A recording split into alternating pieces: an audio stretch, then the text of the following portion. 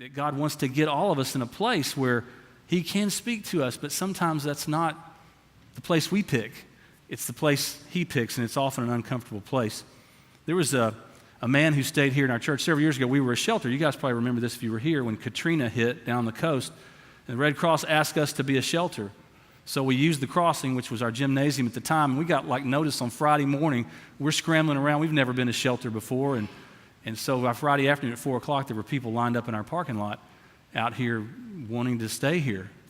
And so a man came forward and said, "Do you work here?" And I said, "Well, it depends on what you want." And he said, "No, you got a name tag. Do you work?" I said, "Yes, I do." And he goes, "Let me tell you something." He pulled me aside and he goes, "Hey," he goes, "I have a good job, and we're from Houston." And he said, "My company put me and my kids and my wife up in the Wingate Inn down here. We've got a room." But he said, "I know there's no more rooms." And he said, "I'm looking at some of these people in line here, and I'm wondering if one of them might benefit from our room, and we'll come stay here at the shelter." I was like, "Hang on. I'm sure that somebody would like to have that room." So he gave his room up.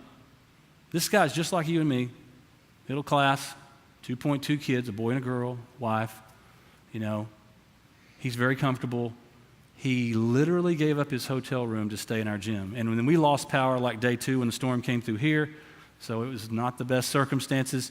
He's in a gymnasium full of people he's never seen before, doesn't know, people who are very different than him. So about the day 3, I said, "Hey, how's it going?" And he said, "Did you see my son in there? His teenage son is in there with a guitar. He's leading praise and worship choruses. People are gathered around him." He said, "I didn't tell him to do that. He just did that on his own." He said, "I think this is probably the best thing I've ever done for my family." I was like, wow, I don't know if I would ever do that. He allowed God to put him in a very uncomfortable situation. They stayed here 4 or 5 days. I can't remember what it was. When he left, he was just on cloud 9. He was like, "God has taught me so much through this situation." But he had to get to a place where he was uncomfortable. He was willing for God to stretch him to a place where he was uncomfortable. And God used that in his life in an amazing way.